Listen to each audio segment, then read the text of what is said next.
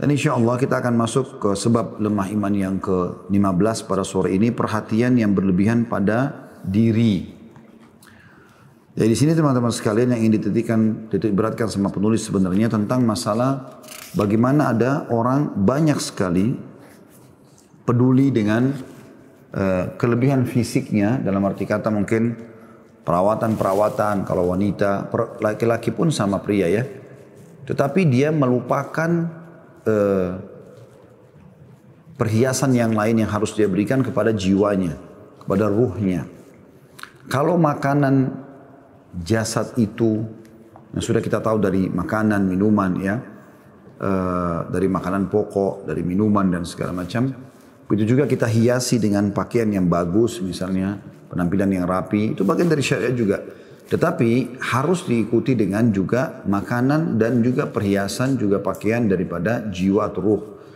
Yaitu ilmu syar'i, iman, amal saleh, ya, dan semua ibadah-ibadah yang mendekatkan diri kepada Allah subhanahu wa ta'ala. Banyak orang subhanallah, mereka selalu sibuk dengan masalah ini. Sebagaimana sudah kita tahu ya, sibuk dengan passion. Dan itu tidak ada masalah, tidak dilarang dalam Islam selama bukan pakaian yang haram. Tetapi yang disayangkan adalah mereka sibuk dengan itu sampai akhirnya tidak mengenal lagi mana halal dan mana haram. Ya, terbuka, terlihat aurat, apakah ada tulisan yang dibolehkan atau tidak di situ ya. Karena kadang-kadang ada tulisan-tulisan yang memang sangat tidak baik secara makna. Tetapi banyak di antara muslimin yang tidak faham. Yang penting ini dengan simbol modern maka mereka melakukannya. Dan ini keliru tentunya. Harusnya setiap orang di antara kita sebagai seorang muslim harus berhati-hati. Yang indah, yang bagus, ya, yang indah dan bagus di mata Allah subhanahu wa ta'ala dan bukan di mata manusia.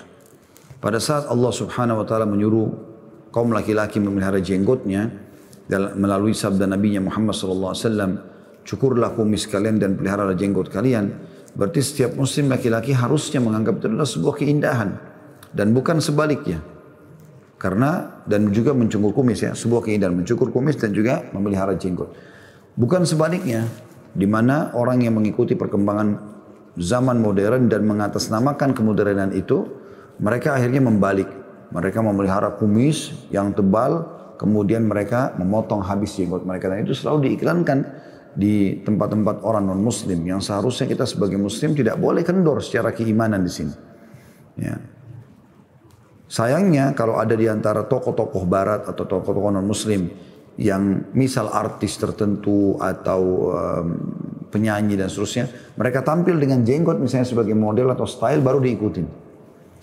Tapi kita tidak mengikuti apa yang Nabi SAW perintahkan sebagai seorang muslim. Makanya pernah ada utusan Persia datang kepada Nabi SAW dalam kondisi kumis mereka tebal dan melilit ya, di kiri kanan. Dan mereka memotong habis jenggot mereka. Maka kata Nabi SAW, siapa yang perintahkan kalian seperti ini? Kata mereka, waktu itu dua orang panglima perang ya. Kata mereka, Tuhan kami Kisra. Jadi mereka menganggap waktu itu raja mereka sebagai Tuhan. Maka kata Nabi SAW, sungguh buruk perintah dia. Sesungguhnya Tuhanku memerintahkan aku untuk memotong kumis dan juga merapikan atau memanjangkan jenggot. Merapikan kumis dan memanjangkan jenggot. Jadi memang kita punya ya, pandangan tersendiri. Jadi jangan cuma menciplak saja. Berapa banyak orang-orang muslim karena melihat model rambut tertentu walaupun itu aneh. Bahkan masuk dalam kaza. Yang dilarang oleh Nabi SAW. Kaza itu seperti memotong habis sebagian sisi kepala dan membiarkan sebagian yang tersisa atau yang lainnya tersisa. Ini kaza dilarang. Nabi SAW melarang mencukur rambut dengan kaza. Tapi karena ini model seorang artis atau seorang pemain bola atau olahragawan dan dia melihat itu adalah satu hal yang bagus maka dia mencontohnya tanpa melihat apakah itu akan mengganggu keimanan dia kepada Allah SWT atau tidak. Sementara sekecil apapun kemaksiatan akan bisa mengganggu kualitas dan kuantitas dari keimanan itu sendiri. Ini contoh saja, gitu kan. Dan bagaimana kita selalu mendahulukan misalnya dari contoh yang lain, pakaian misalnya.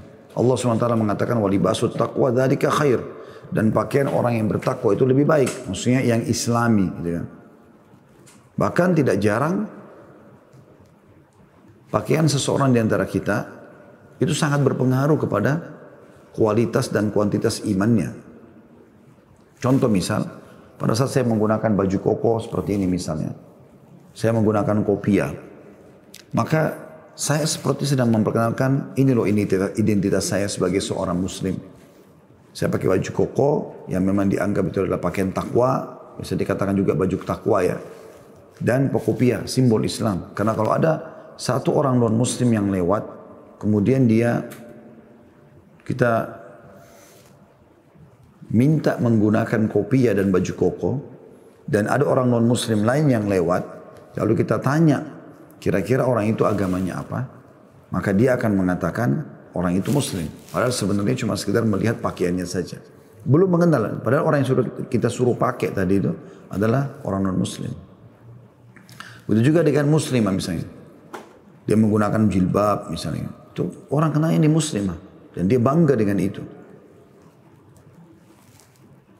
Kalau ada wanita non muslim atau wanita kafirah, kita suruh atau kita minta menggunakan jilbab tersebut, dan ada wanita kafirah yang lain yang kita minta untuk menilai kira-kira orang itu agamanya apa, maka dia akan mengatakan muslimah karena ada simbol kita. Harusnya ini menjadi indah di mata setiap muslim karena ini perintah agamanya, dan dia berbangga untuk bisa berbagi itu kepada orang lain. Di zaman dulu, di zaman kerajaan khilafah Umayyah, Abbasiyah, Uthmaniyah, setiap muslim bangga dengan penampilannya sebagai muslim. Setiap muslimah bangga dengan penampilannya sebagai muslimah. Sampai-sampai dulu, saking besarnya pengaruh kaum muslimin di zaman khilafah Uthmaniyah Turki dulu, itu kalau ada di antara mereka orang-orang barat, orang non-muslim yang bisa berbahasa Arab, mereka anggap itu orangnya adalah berpendidikan. Para istri presiden di awal-awal masa atau masih di masa fase kejayaan Uthmaniyah, itu istri mereka, para ratu atau ibu negara menggunakan cadar, bukan cuma jilbab. Karena mereka berkeyakinan para ratu tidak boleh dilihat oleh semua laki-laki.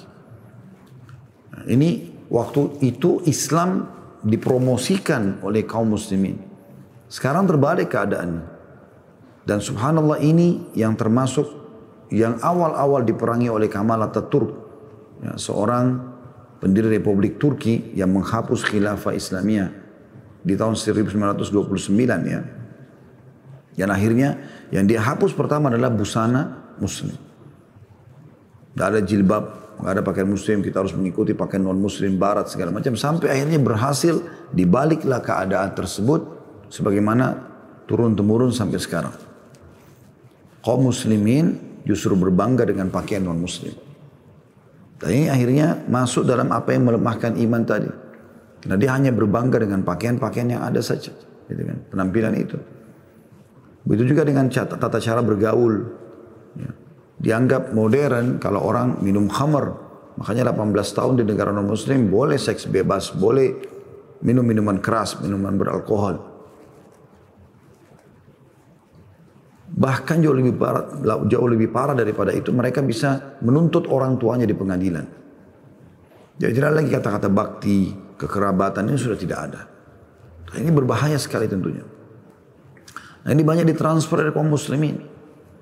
Sehingga mereka pun pada saat sudah masuk SMP, SMA, apalagi kalau sudah SMA, mereka anggap itu justru masa-masa pubertas yang harus melampiaskan, mengenal biologis, mengenal minuman keras. Dan ini biologis ini bukan cara halal, tapi dengan cara haram.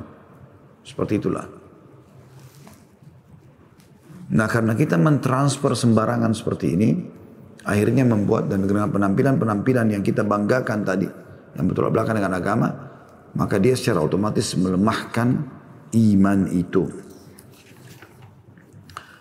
Kata penulis, tidak diragukan lagi bahwa jiwa manusia membutuhkan istirahat untuk mengusir kejenuhan, agar ia dapat kembali bekerja dengan penuh semangat tanpa diliputi kemalasan dalam jiwanya. Karena jiwanya telah mendapatkan haknya, yaitu istirahat. Nabi SAW telah menerangkan hal itu dalam sabda beliau, wa inna li badanika alaika haqqa. Dan sungguhnya badanmu memiliki hak yang wajib engkau penuhi. Ketika manusia memperhatikan hal itu, maka ia akan mendapatkan suatu potensi baru dalam jiwanya dan dapat bekerja secara rutin dan terus menerus. Karena berarti ia telah mampu mengatur jiwanya dan mengetahui kapan ia harus menerima dan kapan ia harus berpaling. Karena sungguhnya jiwa manusia mempunyai saat menerima dan saat berpaling. Nabi SAW bersabda kepada Handalah, ya wahai Handalah, sesaat-sesaat. Maksudnya sesaat kamu begini dan sesaat kamu begitu. Ya. Istirahat dan saat lagi kamu ibadah. Sesaat kamu makan, sesaat kamu minum, sesaat kamu tidur dan seterusnya. Ibnu Abbas mengajari manusia dan memberi mereka pemahaman tentang agama mereka. Kemudian jika beliau melihat mereka telah mulai jenuh, maka beliau berkata, berikan kepadaku syair itu. Lalu ia duduk dan membaca syair yang itu di hadapan mereka. Ibnu Abbas berkata, sesungguhnya jiwa manusia itu mempunyai saat untuk menerima dan saat juga untuk jenuh. Tidak sedikit manusia yang tidak memiliki pengetahuan tentang seluk-beluk jiwa dan keajaiban-keajaibannya serta rahasia yang tersembunyi dalam jiwa itu, hingga mereka terjerumus ke dalam perbuatan yang bertentangan dengan tabiat jiwa. Maka mereka melepaskan tali kekang jiwa lalu mereka terkalahkan oleh kemauan-kemauan jiwa hingga jiwa mengendalikan mereka pada jalan sempit lagi gelap. Hingga pada akhirnya sebagai cobaan atau berbagai cobaan membinasakan mereka. Nafsu syahwat membelenggunya dan mereka disibukkan oleh hal-hal yang tidak penting dengan melupakan hal-hal penting. Ini merupakan salah satu di antara langkah-langkah syaitan untuk menyesatkan banyak manusia. Seorang manusia atau seorang muslim, kata beliau, sangat tergantung kepada cita-citanya. Apabila kemauan dan cita-citanya tinggi, maka nilainya pun tinggi pula. Ia tidak memikirkan dan tidak pula menyibukkan diri kecuali pada hal-hal yang bernilai lagi sesuai dengan cita-cita dan kemauannya. Dan jika cita-citanya rendah, maka kemauannya pun rendah. Maka Anda lihat ia sibuk dengan hal-hal yang tidak berarti. Di antara, kata beliau, ada orang-orang yang konsisten atau multazim, yang sudah sering kita sebutkan dari awal ya, orang yang komitmen, digiring oleh jiwa mereka kepada kepalsuan-kepalsuan dan memperhatikan hal-hal lahiriah yang hampa hingga mereka tergelincir bersama orang-orang yang tergelincir karena terpengaruh oleh seruan-seruan yang menyesatkan dan mengajak di pagi dan sore hari kepada berbagai macam model-model yang gemerlapan dan dapat membuat manusia terlena. Sering yang kau temukan di sebagian majelis-majelis orang-orang yang multazim atau orang-orang yang mulai istiqamah di jalan Allah, ada yang membicarakan produk-produk terbaru yang baru hadir di pasaran berupa pakaian, mobil dan perlengkapan lainnya hingga pakaian dan kendaraan. Ya. Seakan-akan orang itu diciptakan untuk itu. Ia pergi ke pasar untuk mengikuti model terakhir berupa mobil, kacamata, pena, handphone dan alat komunikasi lainnya setiap bulan dan setiap 2 bulan sekali.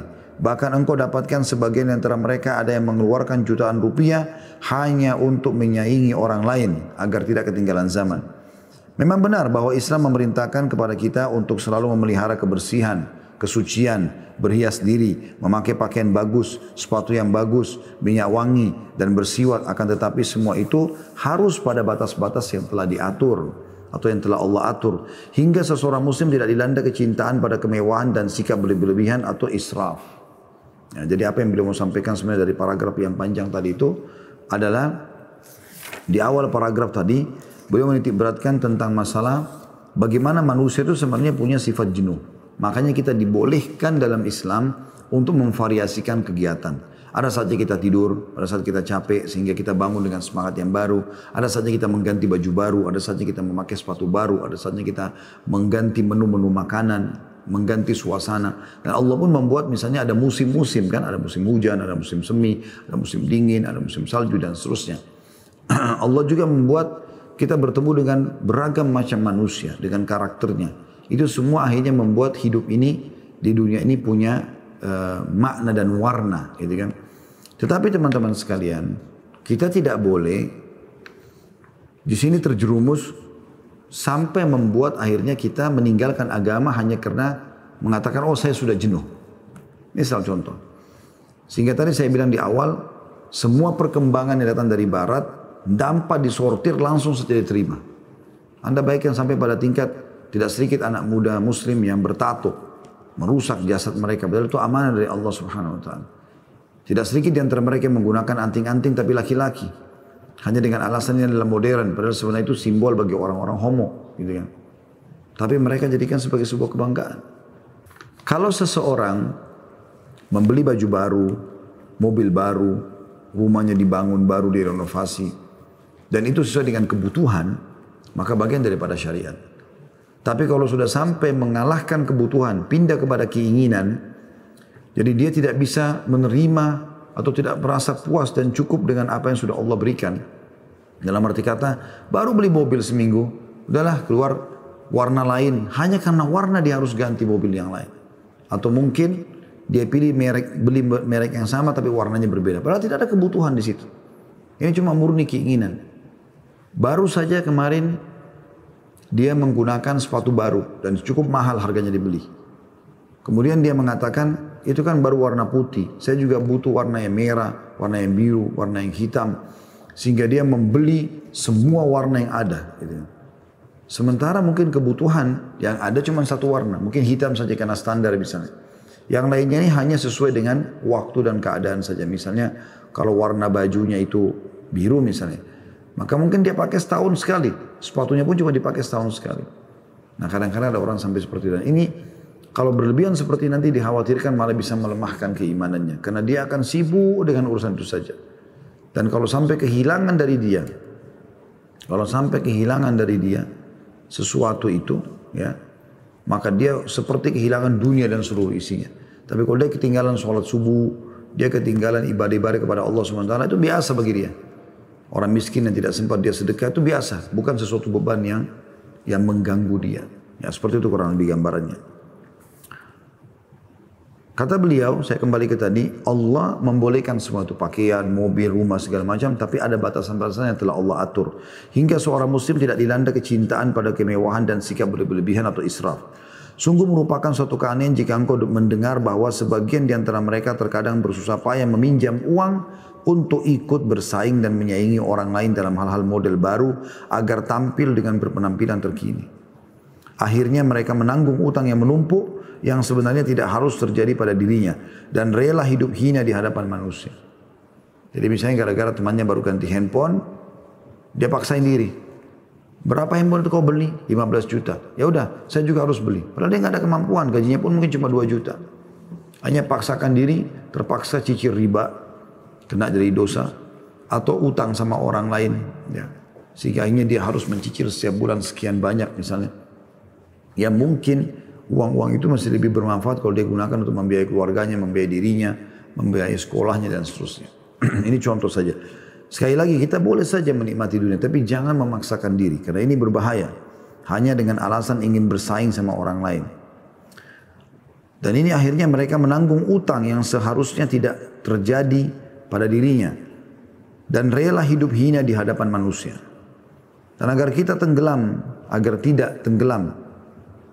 tidak tenggelam dalam gaya hidup seperti ini yang dapat melemahkan keimanan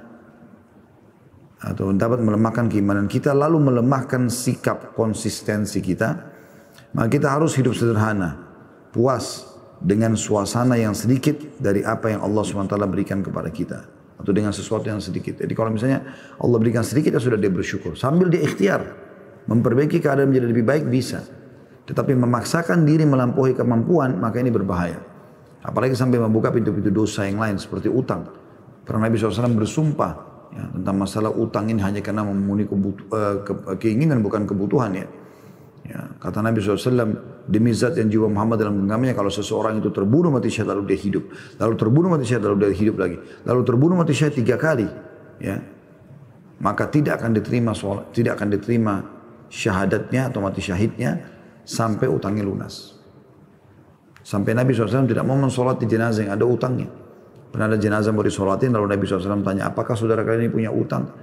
Mereka ada yang mengatakan, iya ya Rasulullah, dia punya utang sekitar 2 dirham. Kata Nabi SAW, kalau begitu, saya tidak solatilah kalian. Kecuali ada yang menjaminnya. Maksudnya ada yang mau membayarkan. Setelah sholat ini langsung dibayarkan utangnya. Maka seorang sahabat mengatakan, saya Rasulullah menjaminnya. Maka dijaminlah. Setelah dijamin, Nabi SAW mensolati jenazah tersebut. Juga hadis Nabi SAW yang berbunyi, ruh seseorang itu tertahan, tidak naik ke langit. Gitu ya, selama utangnya masih ada. Jadi memang banyak orang melakukan perbuatan itu ya. Hanya karena ingin bersaing, harus ganti mobil baru. Hanya karena ingin bersaing, harus pakai tas baru. Hanya karena ingin bersaing, harus beli merek ini dan merek itu. Padahal tidak sesuai dengan kemampuannya. Beda kalau Anda punya kemampuan dan punya kebutuhan di situ, itu lain. Silakan Anda lakukan. Tapi kan sekarang permasalahannya bukan itu. Tidak ada kebutuhan di situ. Ini berbahaya tentunya. Rasulullah SAW bersabda, "Warda bima qasamallahu laka takun agnan nas." Puaslah atau puaskan dirimu dengan apa yang telah Allah berikan kepadamu, maka engkau akan menjadi manusia yang paling kaya. Selalu bersyukur. Bahaya nih kalau selalu lihat tetangga baru ganti mobil, harus ganti, cat rumah, harus cat rumah. Selalu patokannya orang lain. Ada orang begini, subhanallah, semoga Allah berikan hidayah. Jiwanya selalu terganggu dengan kenapa ada orang lain ya menggunakan fasilitas lebih baik daripada dia. Kita mau meningkatkan kualitas kita, silakan. Selama kita mampu. Tapi kalau maksakan diri ini nggak boleh. Maka janganlah engkau sibukkan dirimu dengan segala sesuatu yang baru. Melainkan hendaknya engkau melakukan berbagai macam persiapan untuk menyambut hari kiamat. Di mana pada hari itu manusia terbagi menjadi dua, yaitu golongan yang menderita dan golongan yang berbahagia. Dan hendaknya engkau selalu melihat kepada orang yang lebih rendah darimu dalam hal harta, dan jangan engkau melihat pada orang yang lebih tinggi darimu. Karena hal itu dapat membuatmu menghina karunia dan nikmat Allah yang telah diberikannya kepadamu. Selagi engkau memiliki kesehatan tubuh serta memiliki makanan cukup untuk keperluan hari ini, maka perhatikanlah agamamu dan peliharalah imanmu. Sesungguhnya demikian itu adalah hal lebih baik bagimu daripada dunia dan beserta seluruh isinya. Maka teman-teman sekalian, kita tahu dalam Islam, ya, kita bersyukur dan mendapatkan nikmat yang bisa kita nikmati pada hari itu. Sebagaimana sabda Nabi SAW, siapa yang bangun pagi hari aman di tempat tinggalnya, di negaranya, di kotanya, di rumahnya, jasadnya baik, tidak ada penyakit, dan juga dia punya makanan yang bisa dikonsumsi hari itu, maka seakan-akan kata Nabi SAW, dunia telah terbuka untuknya dari seluruh penjurunya.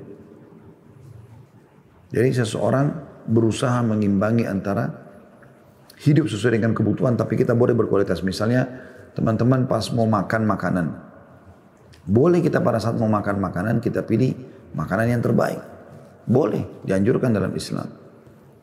Berkualitas gitu kan. Tapi sesuai dengan kemampuan. Jangan sampai teman-teman sekalian kita ya, belanja sesuatu yang akhirnya melampaui batas. Saya pernah lihat cuplikan di YouTube ya, tentang buah-buahan termahal di dunia. Jadi ada jenis mangga itu di Jepang itu sampai ratusan juta. Ya. Nah, ini terlalu berlebihan. Bagi seorang muslim dia tahu ratusan juta mungkin dia bisa membeli mangga, bahkan mungkin perkebunan mangga. Ya. Walaupun cuma beberapa pohon misalnya, dia bisa beli untuk dia bisa bagikan hasilnya kepada orang tua. Dia bisa beli buah-buahnya sekian banyak itu. Ya, 100 juta mangga mungkin sudah hitungan ton. Ya. Kita bisa nikmati bersama-sama dengan orang bersedekah. Tapi itu tidak ada pemikiran ini bagi orang-orang yang tidak memikirkan masalah akhirat tentunya. Allahu a'lam. Nah, di sini teman-teman kita simpulkan di sebab yang ke-15, yaitu kita boleh nikmati dunia tapi sesuai dengan kebutuhan dan bukan keinginan. Kita dianjurkan dalam Islam berpenampilan yang baik, bajunya, celananya, sepatunya, kendaraannya, mobilnya, segala macam silahkan. Bahkan Islam menyuruh kita indah, bersih. Karena kata Nabi SAW, Inna Allah jamil yuhibbul jamal. Allah indah, suka dengan keindahan. Ya, Inna Allah tayyibun la iqbalu illa tayyiba. Allah suci, tidak terima kecuali yang suci. Kita anjurkan.